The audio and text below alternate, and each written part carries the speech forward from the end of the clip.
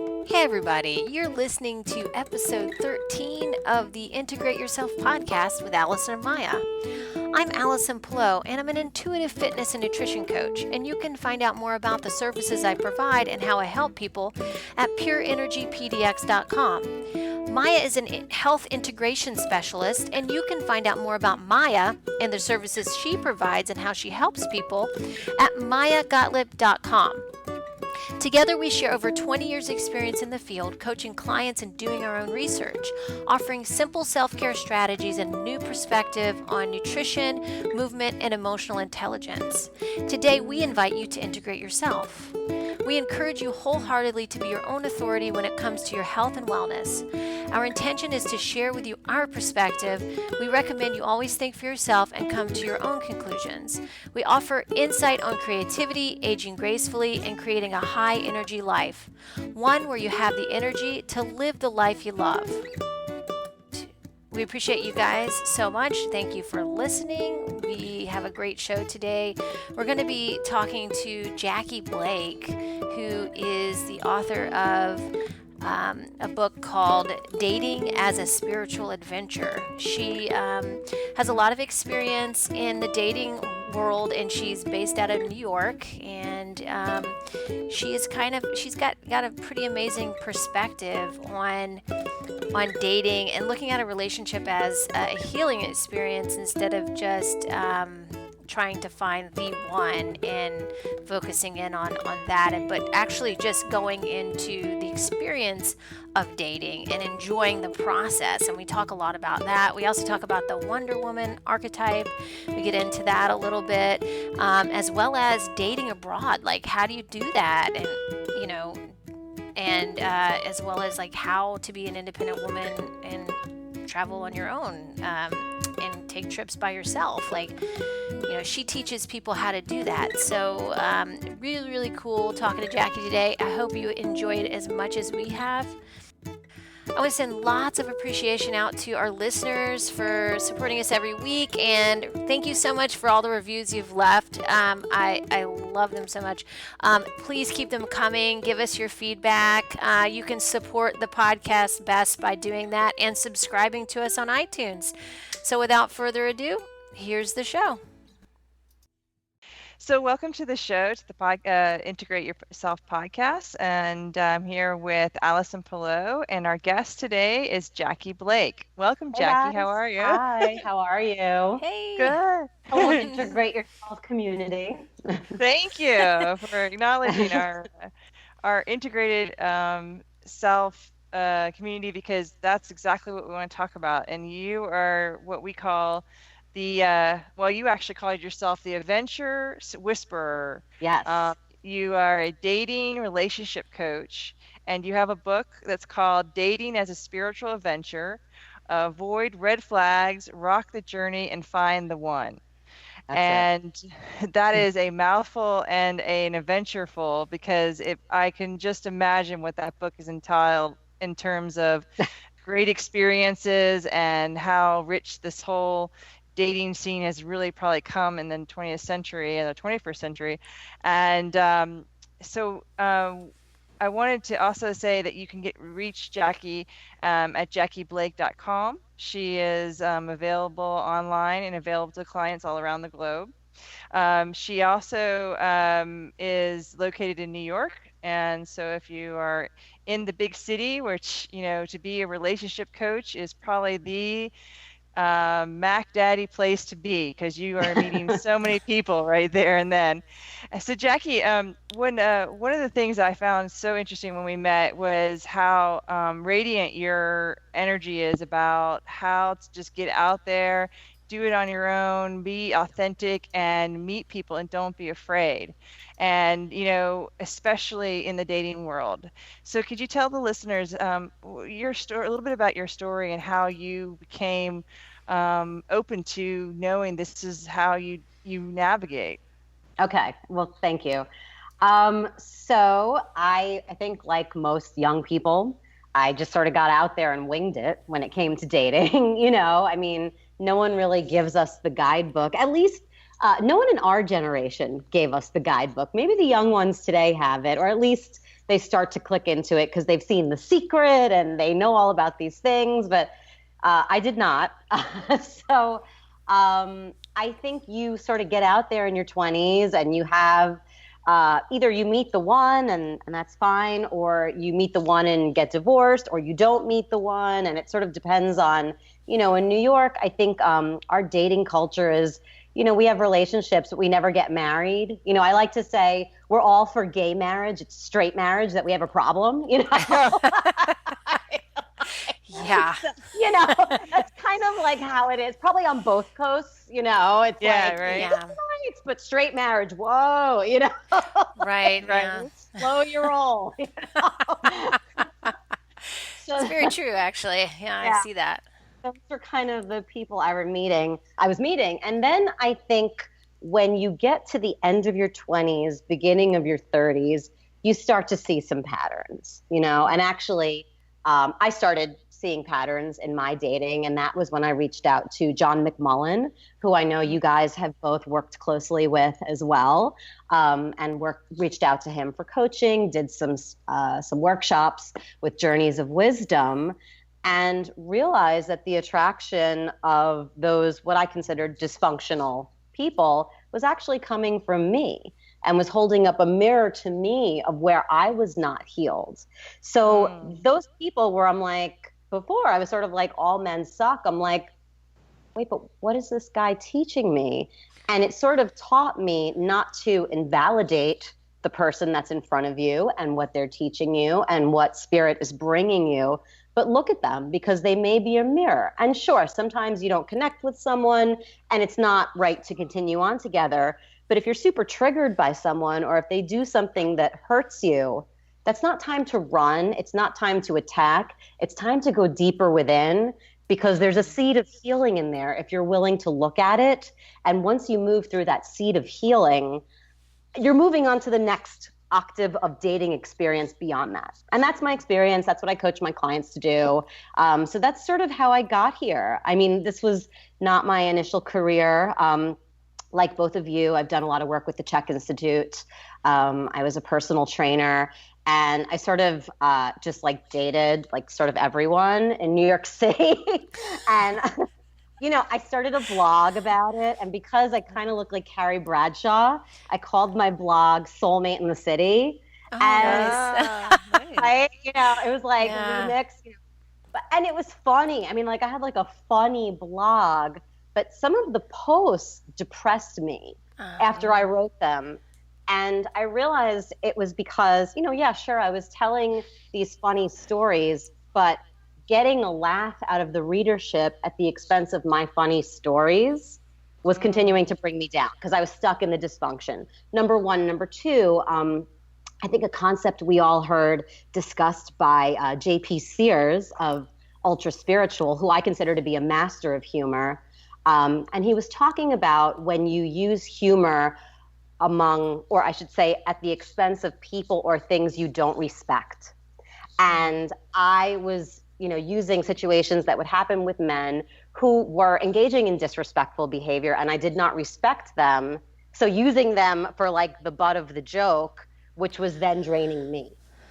So I actually discontinued the blog, and I was like, well, what am I going to do with all this? And that was when I wrote the book. I was like, well, how am I going to show people how I've lifted myself up to the next octave of dating? Very cool. So this book, I think, is written for me when I was 23, and I didn't know any of this. Wow. Everyone else's inner 23-year-old that has not gone down the road. Yeah. Right. Yeah. So you bring up that. Allison, do you have a question? I don't know if you Oh, wanted no, to go ask ahead. something. No, it's fine. Yeah, I'm just listening. So one of the things I noticed about a lot of things you get in self-help in terms of dating is list the good things about this, what you're looking for, list the bad things, make these charts, do this, do that, make sure this person is in your in the values that you would want. And so there's a lot of this kind of advice giving.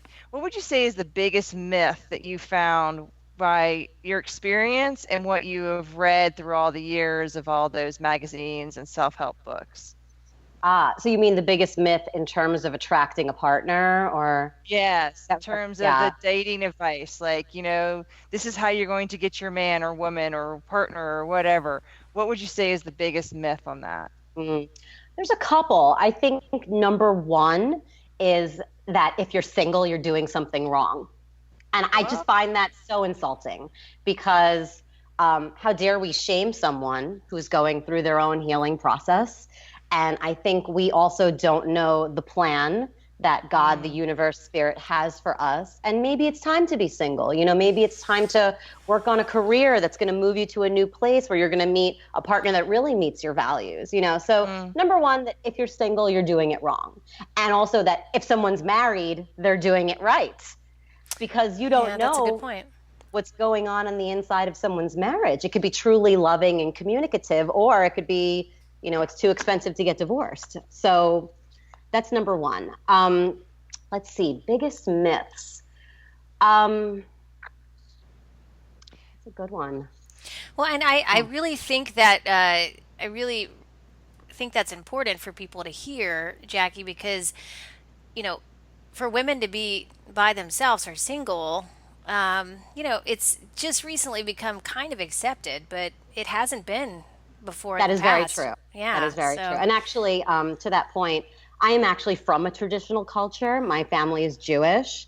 I am probably the first 39-year-old unmarried woman that was not mentally ill in our family.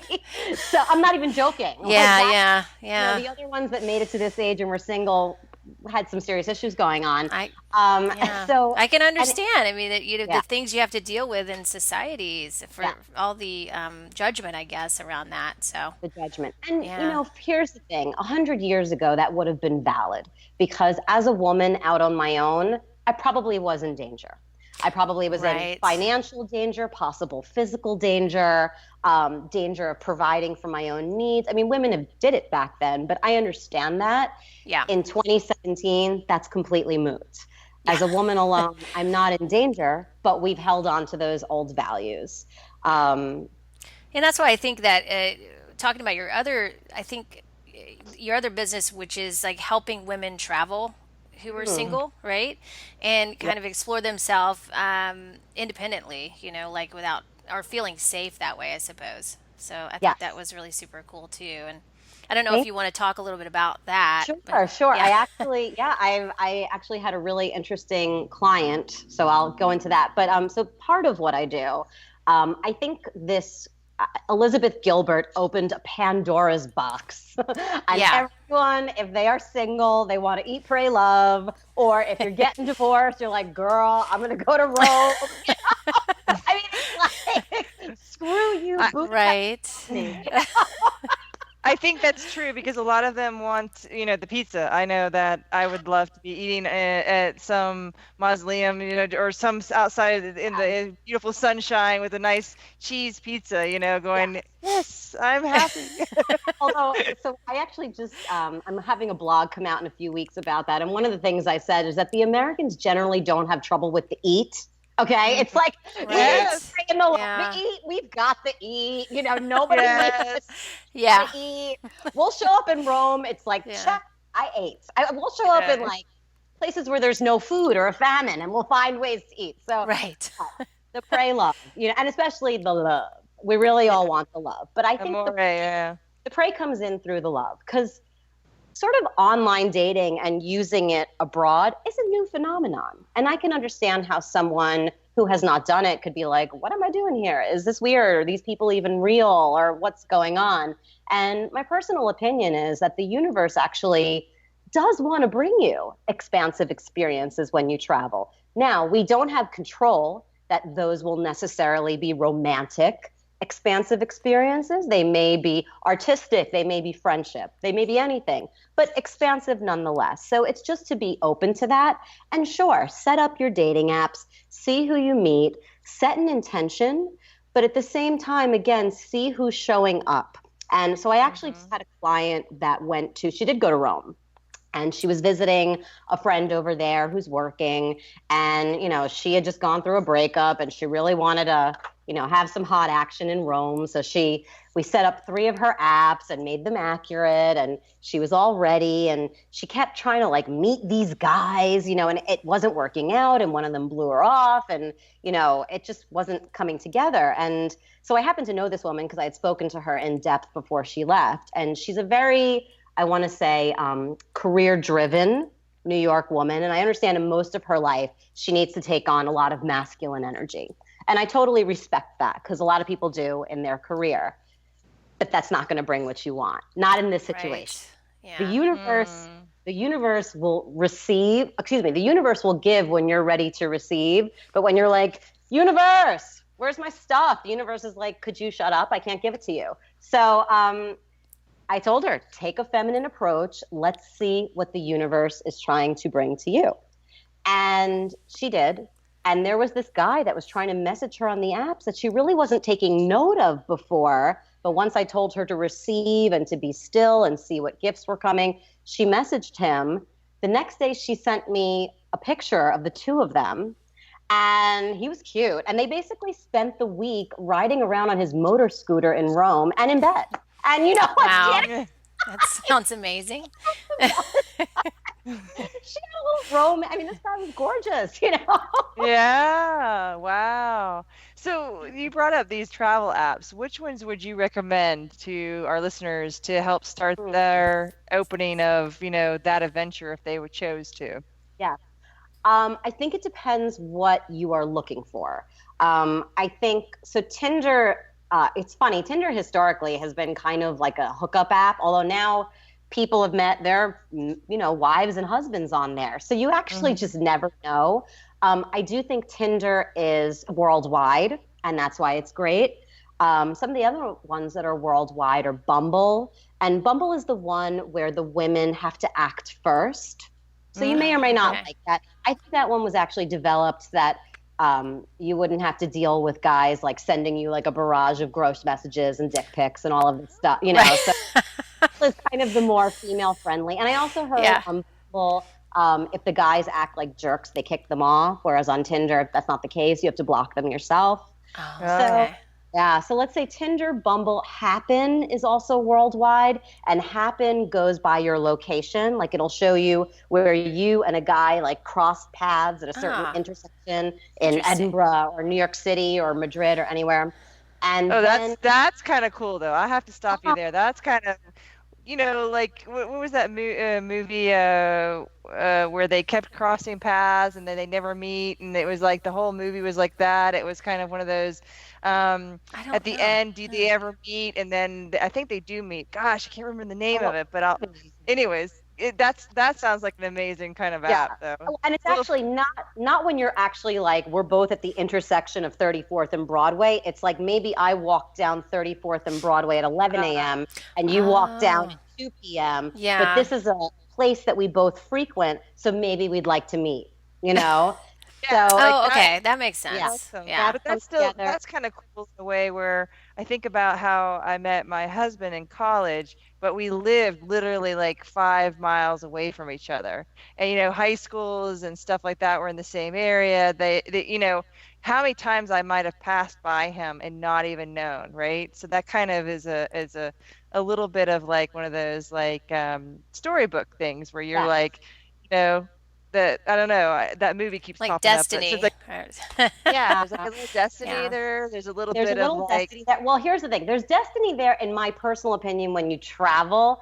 I have used Happen in New York City. And the problem with it is, so I live in New Jersey, I work in New York City, and it shows, you cross paths at the Lincoln Tunnel. Yeah, I probably cross paths with 1 million people a day at the Lincoln Tunnel, okay? Because we all commute into the city that way, Yeah, right. Like, that's not Destiny, it's just like... That's just daily work. Yeah, I get it, right. We cross paths at Edinburgh Castle. It's like, whoa, or we cross paths, at the Louvre or something. I don't know, for me, that it's a little more romantic than the Lincoln Tunnel, Yes. It takes a bit more effort to be able to say, well, we both got on a plane, went to somewhere, and you were there at the same time, right? Yeah. That's it. That's it. It's true. So that is I do like that location-based app. And then the other ones that are very international are also Plenty of Fish.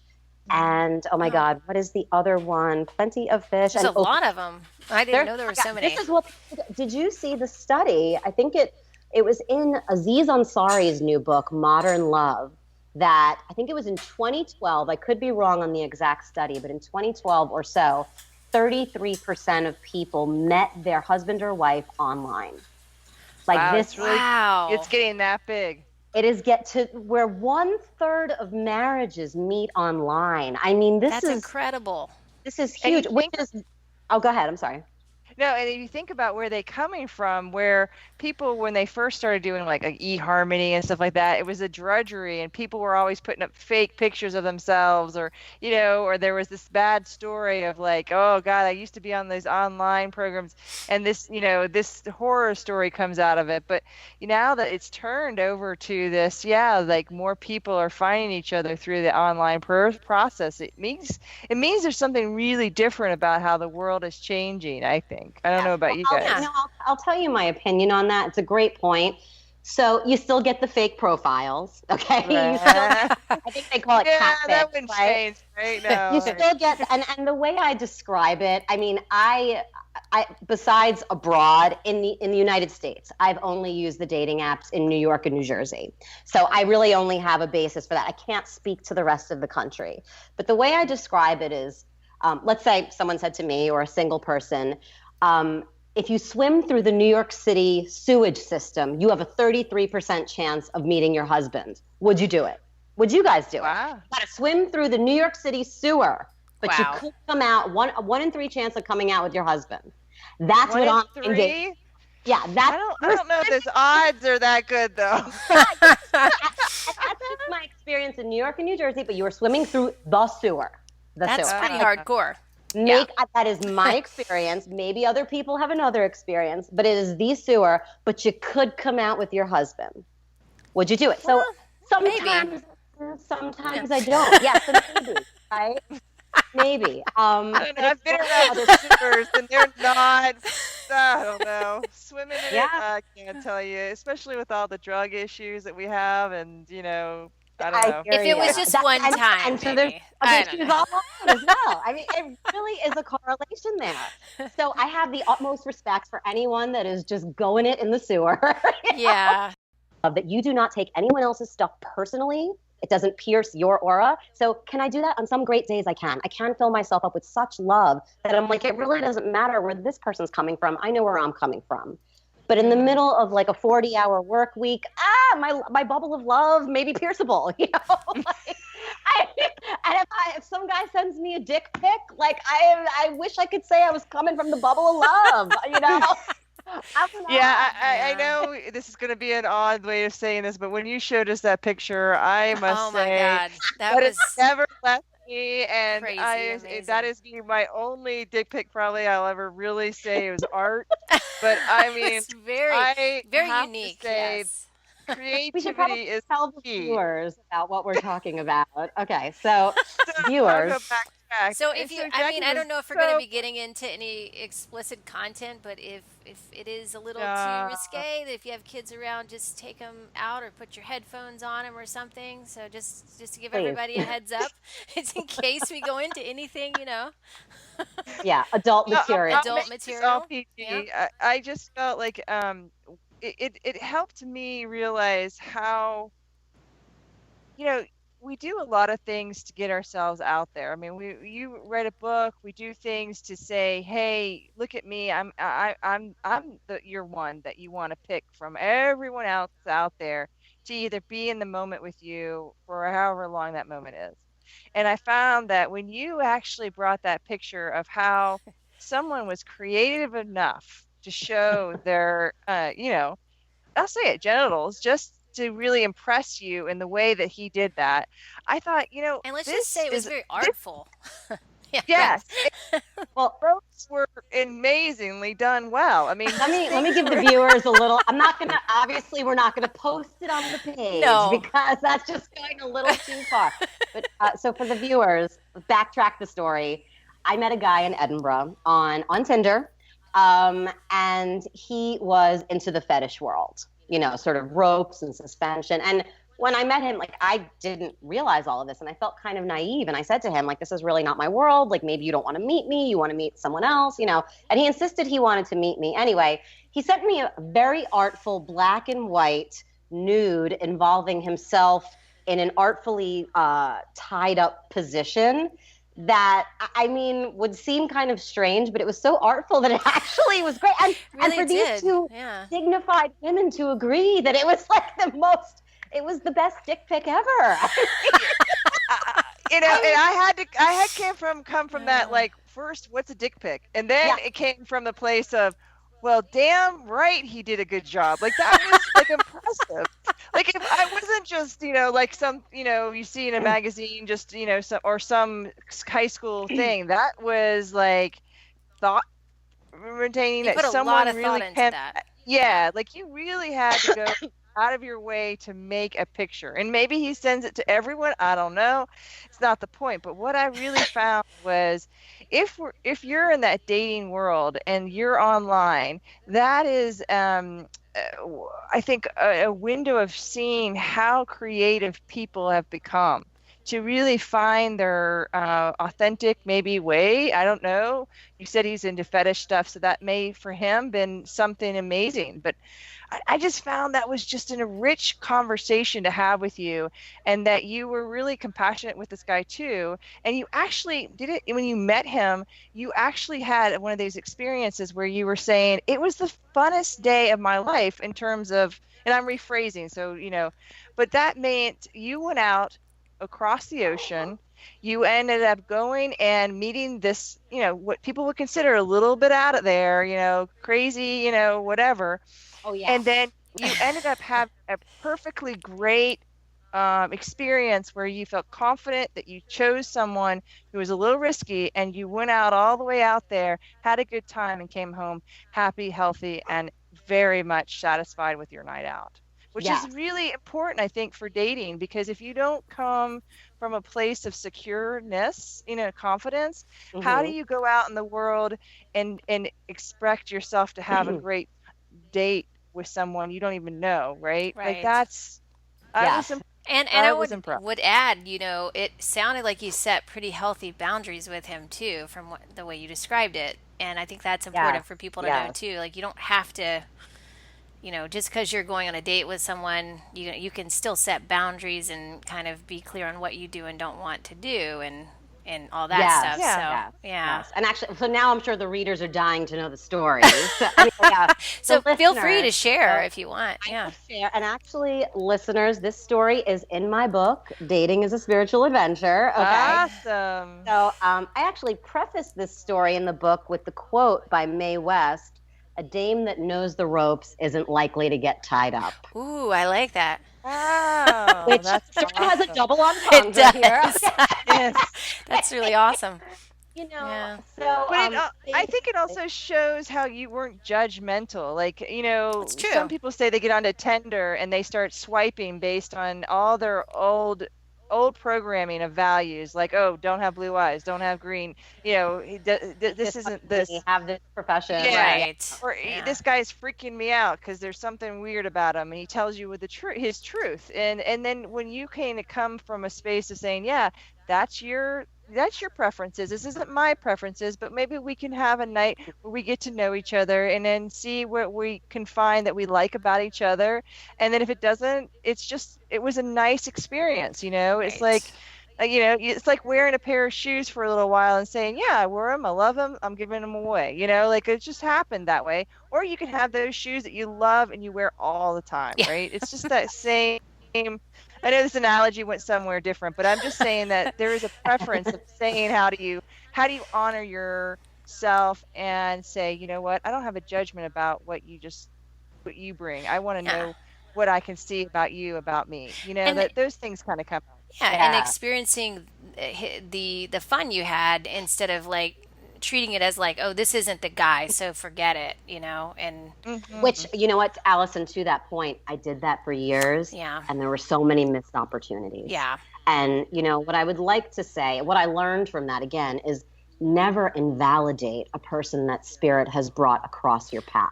I like Because that. the truth Absolutely. is, you will know inside something is wrong here. All right. And there's been times when I've met someone who maybe didn't send me a dick pic, just sent me a message that just felt weird. Right. And I shut it down. Nothing in me registered alarm with this man. So I would say, I mean, to the listeners, if something registers alarm with you, done. Yeah. Done. You don't know these people. They're all strangers. And really the only thing that people online have to do is convince you that they're halfway normal and you'd like to meet them, you know. So if anything Yeah, right. if anything registers alarm, shut it down. But do not invalidate someone that God has brought across your path. So there's so many reasons I would have invalidated this man in the past. I mean, the dick pic, his fetish life, which all I really needed to do is say, that's not my world. I don't know if you want to meet me. And he was like, actually, you're really cute. I love Americans. I'd love to, right? He was also Muslim. I'm Jewish. Yeah, That in the past, you know, whereas again, maybe that's creating all the divisions in our society right now because we're Right. invalidating others based on things we don't even know these people, Right. you know? So, and also, like, then there's the part of me, you know, for the longest, because I'm Jewish and my family wanted me to marry a Jew, I dated anything but Jews, like black guys, Hispanic, Indian, you know. Sure. So then there's the part of me that's like, wants to rebel, like, ooh, the Muslim guy, this is so forbidden, you know. But in any case, we did meet. And this was last year. It was in Edinburgh. I was there. I was actually finishing this book. I just needed to get out of New York. And so I was doing a little online dating. And something told me to really meet this guy. And, you know, I talk about it in the book. And it was the Celtic holiday of Beltane, which is sort of like the midway point between the spring equinox and summer equinox, which is ironic because today is the summer equinox. But in any case, actually the summer solstice, spring equinox. So it was like the beginning of summer. And so the city of Edinburgh has this big fire festival. And he had an extra ticket. And I never would have went to this cool thing without, you know. So we went to the Beltane Fire Festival. Excuse me. And then there was an after party for all of the Beltane Fire Festival performers who were like naked, painted, you know, like drumming. Right. Again, I got a ticket to the invite-only after party at this club in Edinburgh, and it was basically like a painted drumming dance party. Cool. Now, when do you get to do that? Like, I would have been in my bed sleeping, Right. okay? Yeah. But here, I'm literally dancing till 5 a.m. in my bra, painted, having a total adventure. Now, Yeah. what is the experience of self this man brought to me?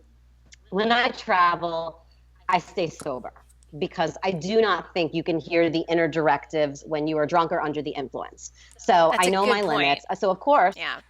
you can hear the inner directives when you're sober, relatively sober. You know, I had maybe 2 drinks. That's what I can handle nowadays. And what was coming up for me was a little bit of shame.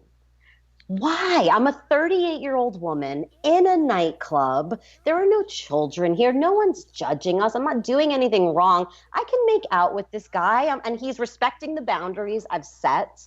But I've created judgment around expressing that sort of sexuality and sensuality. So I had to look at the judgments that I put on myself and say, God, I beat myself into the ground in New York when I have genuine experiences of sensuality and sexuality. And it took me being out of my environment to notice that judgment of myself, which has healed a lot of my experiences back home. So that's why, you know, so he was actually an angel. Now, he and I are friends. We're friends on Facebook, That's awesome. you know, we're, Yeah. I mean, he loves the fact that he's in the book. That's great.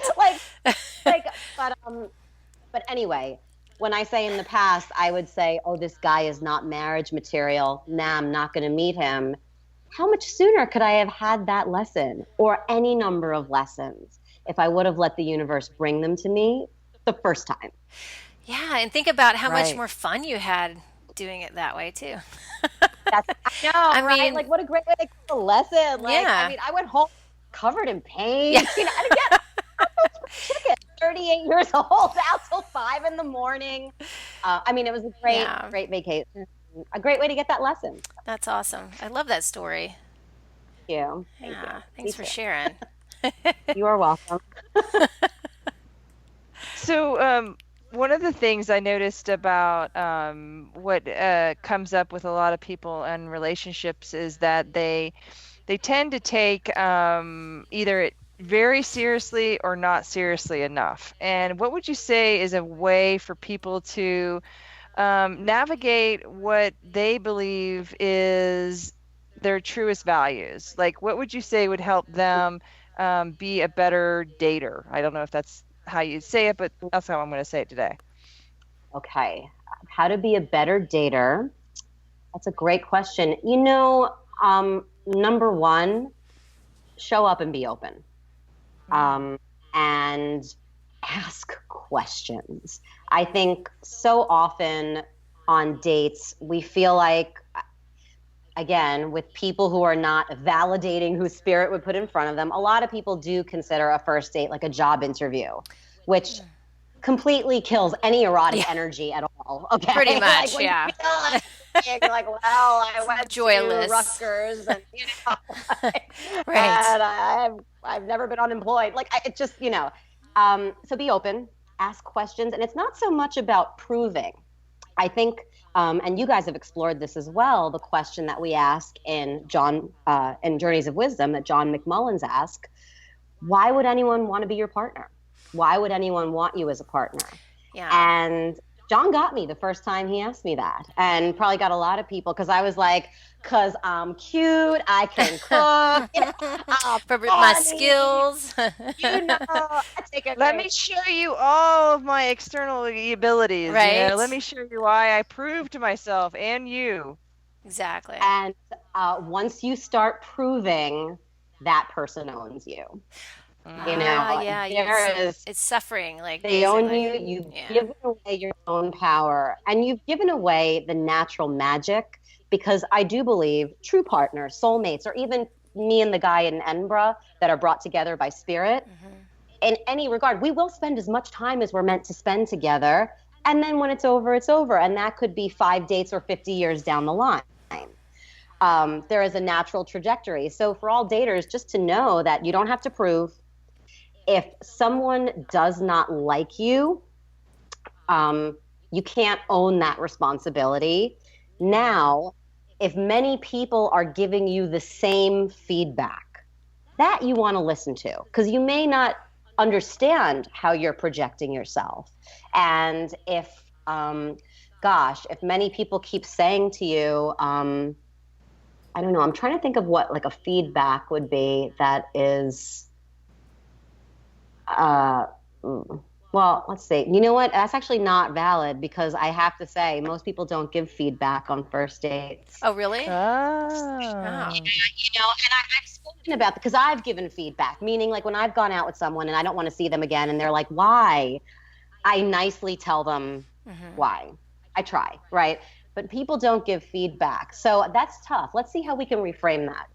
So, okay, obviously if someone doesn't like you, you can't take it too personally. But if your friends that know you and that you trust give you feedback, i.e., you're not warm enough, or you're not vulnerable, or you hold your true self back, or you make inappropriate jokes because it deflects from vulnerability, let like the feedback from your close people in. Because if you're on a date and the moment's about to get sexy and you make a fart joke because you're afraid of the intimacy, that's going to be a turnoff. Yeah. Yeah. So basically not showing your true self, basically, you're saying. Kind of all the ways we deflect that. Yeah. Yes. Not sure. And also, I used to do that. That's how I know about that. I would say inappropriate things or TMI on a date. And I was like, what happened? Why am I like performing and TMIing and doing that? And I was afraid of intimacy.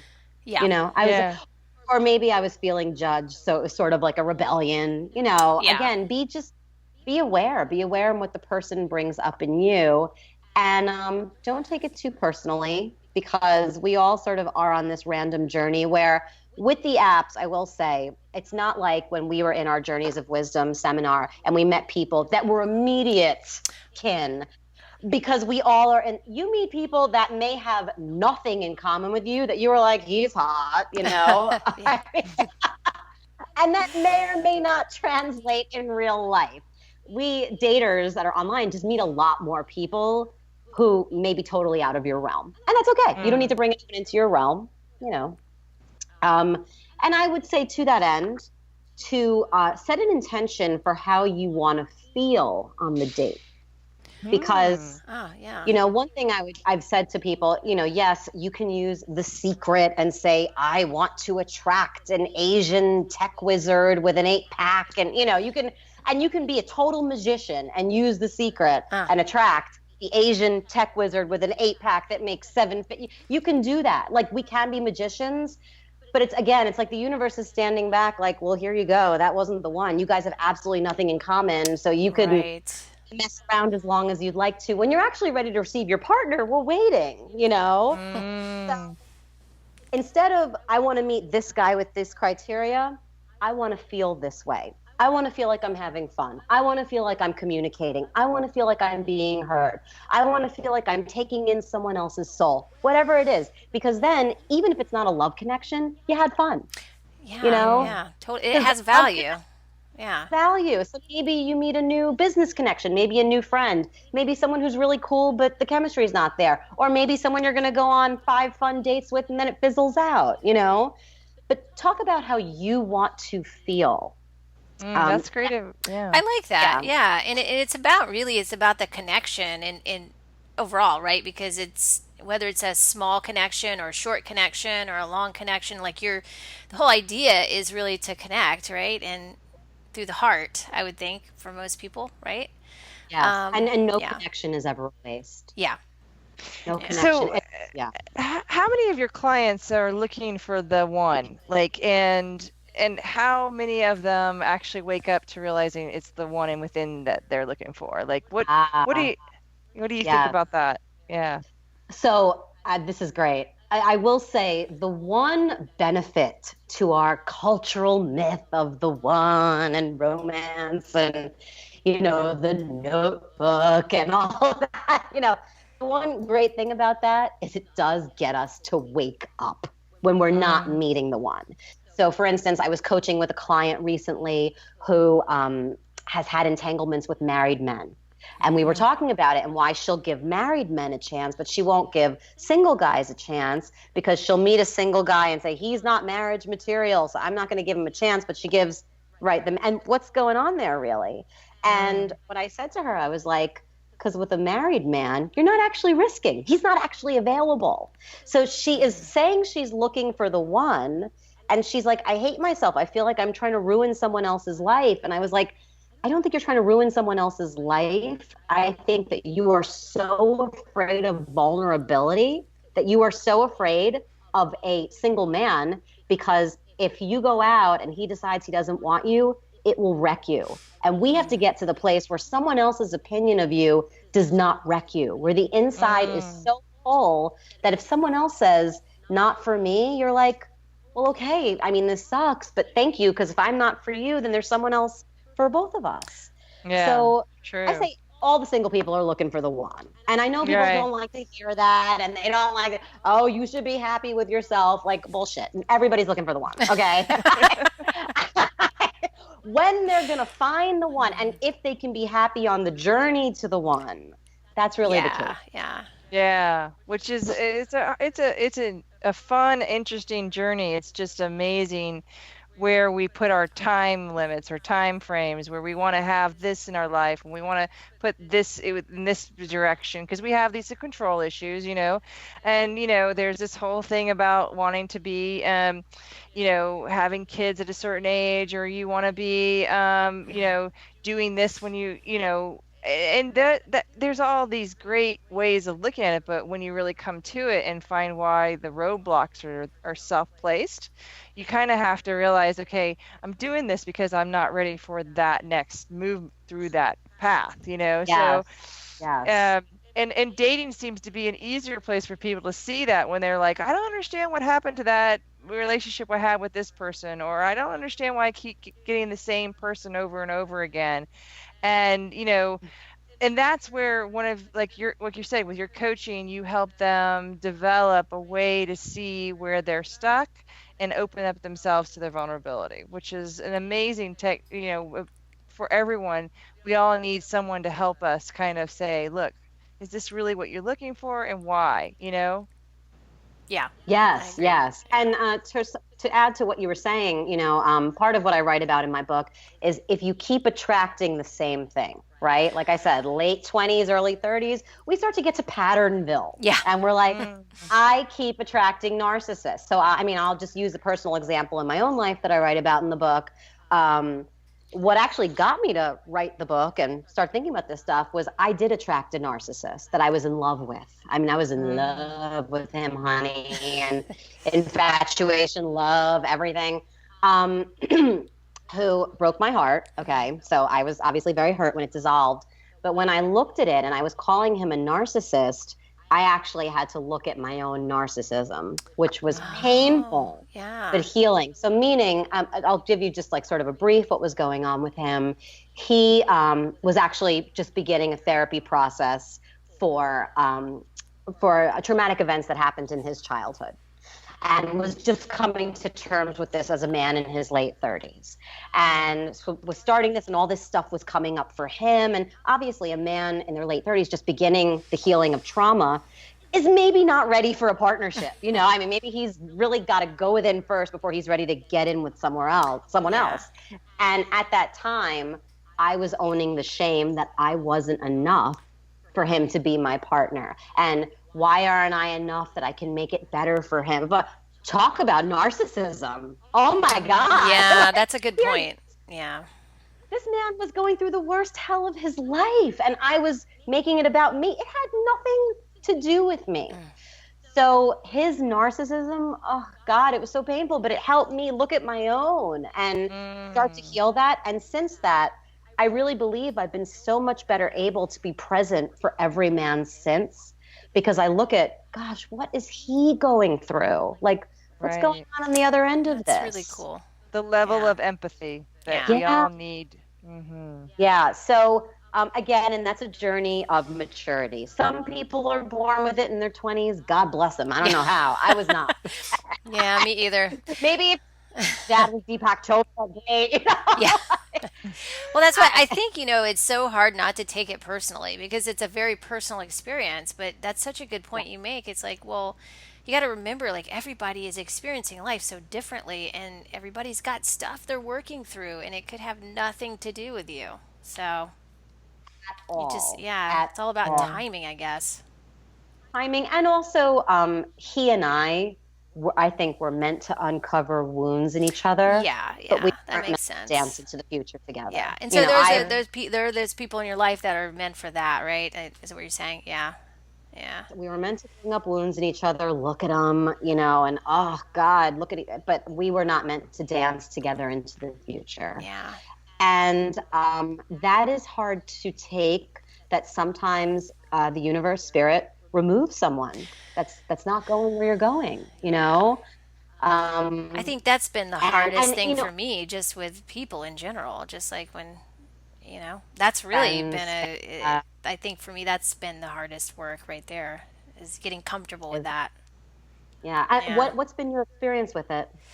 Well, I think more for me, it's more about like just friends and clients moving on in life, and me, Mm-hmm. and I think for me, I have deep loyalty in the past, and it's that for me is I've actually gotten to a point where that's not such a big deal anymore, and I can kind of see how the ebb and flow of life and how things are meant to be, and the purpose that relationship served in my life, and that kind of thing. But it's still hard, because it's getting a lot easier, but it was something that I really struggled with early on and took it personally and felt like I was doing something wrong. And like you said, I went through a similar situation where I was like, oh, I'm not enough to save this person. Of course, I'm not enough to save this person. They have to save themselves, right? Yes. So why would I take on that kind of responsibility. I almost think, like, going a little bit off the subject but on the subject with the whole Wonder Woman movie, I kind of almost feel like women are being like, again, now we're supposed to be saving, are we supposed to be saving people? I don't know. It's like, You know what? That's great. I have to see that movie and I haven't explore if seen it, I have to say. Yeah. I've seen the previews, but that's what it looks like to me. It's like, Well, she's it's saving interesting everybody. you should bring that up because last night, this is the one lovely thing about being in New York City. I got to stroll into a Marianne Williamson lecture last night, and I love me some Marianne.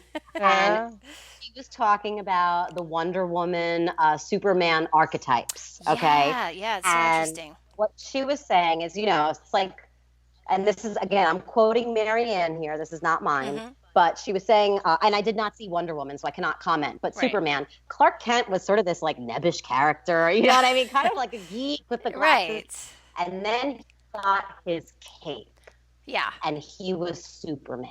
And I'm sure Wonder Woman has a cape too, right? Because She superheroes, does, yeah. they have the cape.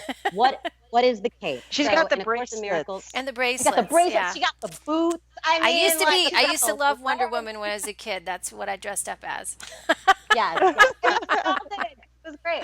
But so what the cape is, in A Course in Miracles terms, is the Holy Spirit behind you, and the power of God behind. Oh, I didn't know And that. As it sits in the Course in Miracles, fear is a sure sign that you're trusting in your own power. I'm gonna do this. I'm gonna make this happen. And when you have fear around an outcome, it's because you're trusting in yourself. When you're trusting in the divine plan of life, and again, the power of God behind you to use you where you are most useful in the world, it takes away the fear and brings you into faith. And so are we supposed to save people? You know what? We're supposed to put on the cape of holiness and ask God, where would you have me serve? I And like God that. will say, Yeah. you work with this client, and not that you will save, you will serve. So yeah. anyway, that's a little Marianne. I love I Marianne. like the serve Right. thing. That sounds a lot better to me than saving. Yeah. Yeah. Then saving, yeah. And with the backing of the universe behind you, that the universe has put you in the space to heal the space. Yeah, absolutely. Or to bring awareness to the space, or bring joy to the space, or humor to the space. Yeah. Yeah. And I love all of what that you're saying. I think one of the things I have a little issue with this whole Wonder Woman issue is that we're being programmed again in some ways to be that the super figure that will do anything to help others. Like, we'll sacrifice our time, we'll sacrifice our lives. And, and it's also like a promotional thing. I kind of have this negative part about being mentally drawn into, purchasing something that's Wonder Womanish. Like, I don't want to be driven over and over again. Like, I remember when I grew up, we had that commercial where the woman came home, fried up in a pan, the whole, that commercial where, she was the woman and she wore, sexy clothing and she could do it all. And then we had the examples of, what's her name? She did everything and everybody was all oh gosh, what's her name? She went to jail. What's her name? Come on, guys. She went to jail, but she did everything. I know, right? She was the one who she was Lorena Bobbitt. Yeah, she did. No, come on. She was She not did a superhero, perfectly. though. I don't know. She Maybe. did everything Oh, perfectly. no, I don't know. She did everything perfectly, and Yeah, went, she had a TV show, and she all had. Martha Stewart. Martha Stewart. Oh, okay. oh yes. Yeah, she's right? still perfect. Everything was perfection, Yeah. right? And it was all about like Yeah. how we're gonna, we're gonna cook up this humongous meal, and we're gonna have, this beautiful thing, and all that. I remember growing up with that pressure of trying to do it all, and then learning from other teachers about how you've got to be careful about giving away your energy too much, and and one of those things about Wonder Woman that comes up for me is like Wonder Woman comes from a far place, far away, somewhere galaxy far away, and she's an alien. Is she an alien? She Superman. is. Yeah. I don't know. In any She has case- Oh, she's superpowers. an alien. Okay. She has superpowers. Yeah. Okay. She's not like the rest of us. No, okay? she's got super strength. great. Like, I And couldn't an everything invisible plane, by the way. So I'm not really. Yeah, well, I don't have the invisible plane yet. So, yeah, I just really find that these tools to try to promote us as women, like we're going through a lot of political changes. There's a lot of, things we've seen in how people are walking and protesting for women's rights, how we're afraid of women's rights being removed. And so there's this real thing about real life heroes and how they are helping. And when you put a Marvel cartoon in that is supposed to be all this, picture of everything, sexy, has all these powers, has all these things. These are you can't meet these expectations. And I'm trying to get to my point, but my main thing is that when we try to put someone in a place of that much expectation, that's ourselves. Like that puts us in a place that we can't do. It Yeah. just keeps taking it away from us, It Like reminds me of the skills part thing that we talked about earlier. Like, are you going to love me for the things I can do for you? Or are you going to love me for who I am? Like, which is not the skills or what I can do for other people or who I can save. It's just for my energy, right? Or whatever that is. Yes. So, and I yeah. I think what I really want is more people to be real about their vulnerabilities and help them figure out where they're going with their path of like if your path is to say I'm here to serve, then are you serving yourself first, because you have to be able to take care of yourself, healthy boundaries, knowing who you are in your own skin.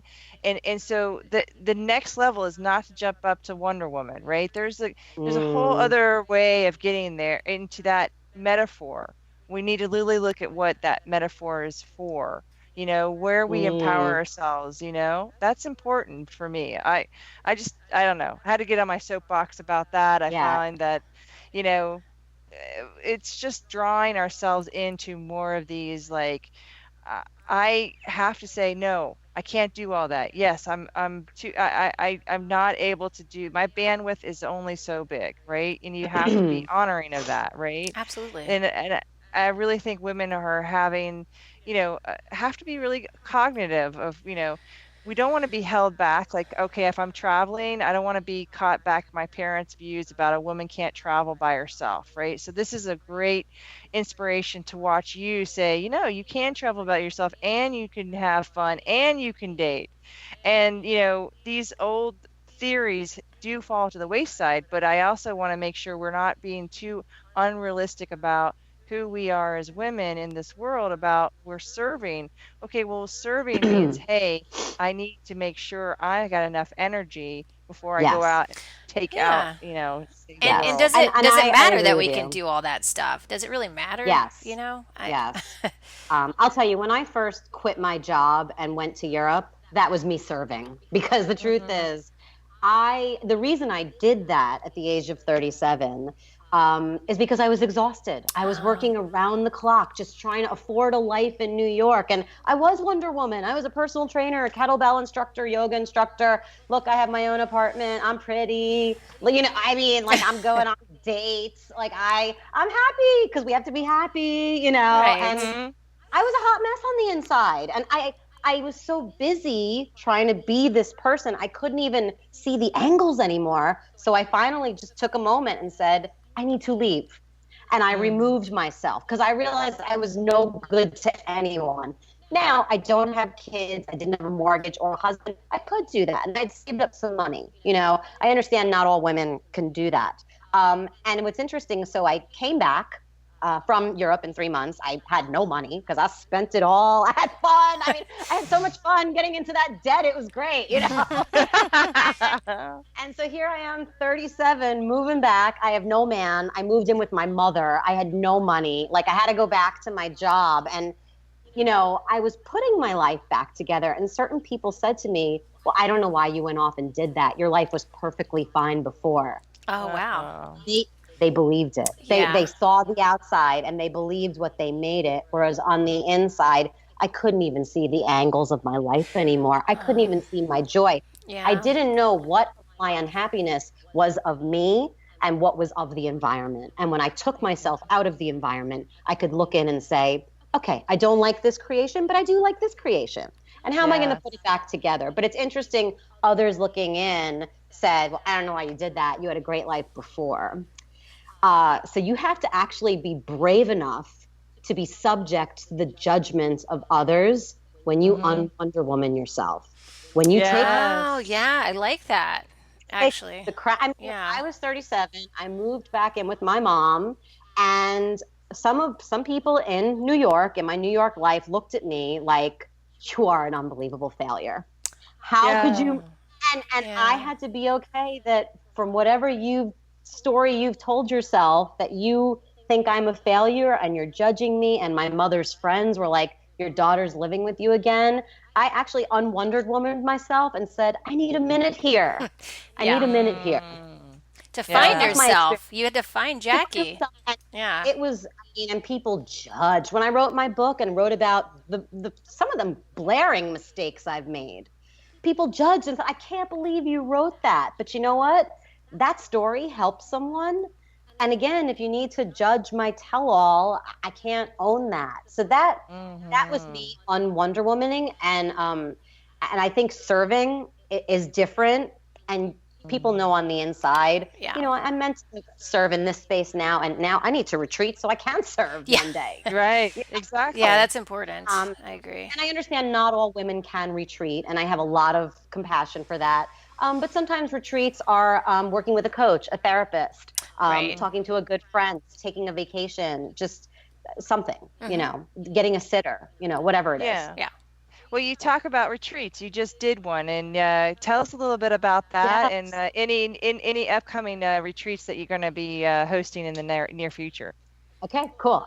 Yes, I work with a company called Tropical Fit, and with my colleague Marissa, and our retreat was in Rincon, Puerto Rico, and we surfed, and all the beginners learned to surf. It was really great. I teach yoga. I also teach a dance class called Groove, which is basically dance for everyone, and my colleague Marissa does boot camp. So we sort of include everything in fitness, surfing, dance, yoga. We cooked for you, and it's a lot of fun. We didn't realize, but it sort of happened that everyone had their own personal wellness breakthroughs and mental block breakthroughs. And Puerto Rico was just a great time. We danced. And then I believe we will have one coming up in the Canary Islands in the fall, but the details are not up yet. But if you go to my page, JackieBlake.com, and click on retreats, you'll see what's coming up. Cool. Oh, that's great. That's awesome. Great. And I think the combining of dance and learning how to surf are two things that people are really afraid to do because they know they don't do well at. And if you get that, you know, in the beginning, you know, you got to just try it on and do it. But I think you got to try it on. And we create an environment that you don't feel stupid. Okay? That's good. Everybody's just getting on it. Maybe feeling stupid is okay sometimes, right? That's okay. That's okay. That's true. Or maybe everyone feels stupid together. That's right. But it's an invitation to say, you know, everyone's a beginner somewhere, and that is something that, it was like, that sounds like an amazing trip. And so Canary Islands sounds like it would be another wonderful place to go to and see. Yes. Is there any other question, Allison, that you might have, or do you? I think we covered so much. It was such a great conversation. Yeah, that was so much fun. Thanks, Jackie. I love you guys. I feel like we're back at the house. I know, right? This is just like we're talking. Like we just were. One of the things we'd like to ask all of our guests is, how do you integrate for yourself? What do you mean? Your life, how do you integrate anything, your practice, anything that you do for yourself that helps you integrate? Well, let's say example, like how did you integrate parts of the Journeys of Wisdom into your life afterwards? Like maybe an example with that. Yeah. Ooh, okay. Well, that might be a loaded question. Gosh. I don't know. I just rebound forever, but we did talk about that. So the Journeys of Wisdom stuff, I think something that clicked for me is how most of us walk around in a hypnotized state all the time. And personally, my own journey with that is that I was hypnotized to believe that no men found me attractive and that I was going to be single. And when John sort of dehypnotized me, I all of a sudden saw all these men checking me out.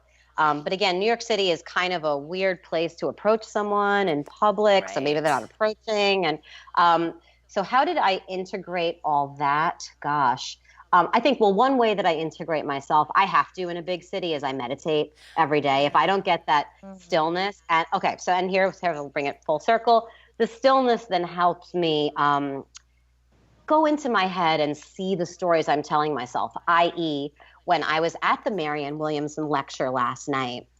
And like I said, I've actually not had a great time meeting guys in New York City because I don't know that I resonate with the values of and not that I don't resonate with diversity and open ideas. That's great. It's more achievement at all costs and workaholism that I do not resonate with. Yeah. But in any case, so I went to Marianne Williamson and I saw this girl with her cute boyfriend and then this girl with her cute boyfriend and then like a group of guys over there. And I'm like, how did she meet that guy? And I'm like, where are all these guys? And then I'm like, she has a boyfriend and you don't, and look at you should have sat in that group of men. And I am just beating myself up. I should be listening to Marianne, and I'm going on and on in my mind. But because of the meditation practice, I'm like, Jackie, you're making up a ridiculous story right now, kicking your own behind for like, if you were meant to be sitting in that group of men, you would be, okay? Right. Yes. You know, she's with that guy because she's supposed to be, you know? So, just looking at the tall tales that I get into and whether or not they're true, where they come from, and just sort of sitting back and laughing and saying, Jackie, stop it. That's awesome. I like it. Yeah. Yeah. We all need that awesome voice. If your listeners would like my free report, you can go to my website, JackieBlake.com, and sign up. I have a free video there called Top 5 Tips for Using Dating Apps and Not Losing Your Mind. Okay. Nice. I like that. So if you want my tips, just sign up for my newsletter. And for anyone that would like to do coaching, if you come to me and say that you heard me on Integrate Yourself, I would like to give you a 50% off coupon for your first coaching session. Cool. Wonderful. Yeah. I know lots of dating people will be calling because definitely take Jackie up on that. That's a really good offer, actually. Let me whisper some adventures to you. Yeah. It's 50% off your first coaching session. So, but yeah, you have to send me an email, say that you heard me on Integrate Yourself. Cool. And that is how you can take advantage. All right.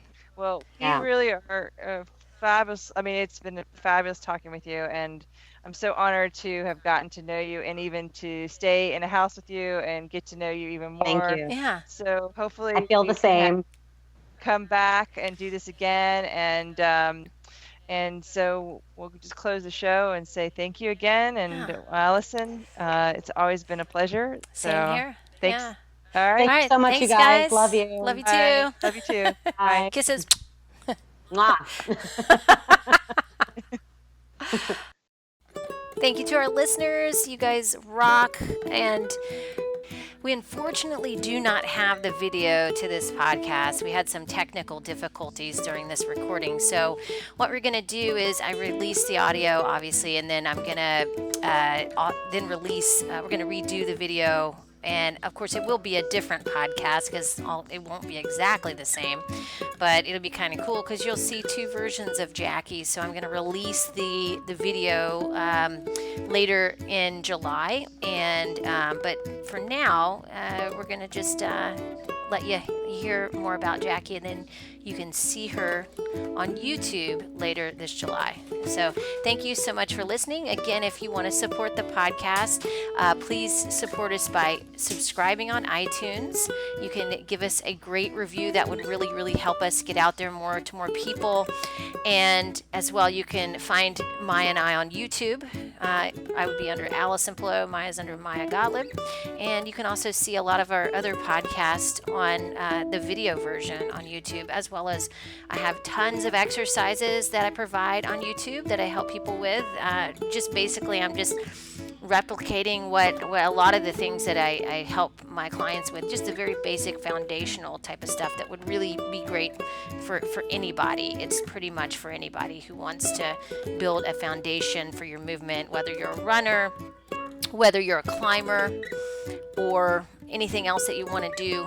It's pretty much going to support that kind of activity. So definitely check it out, and we will talk to you next time.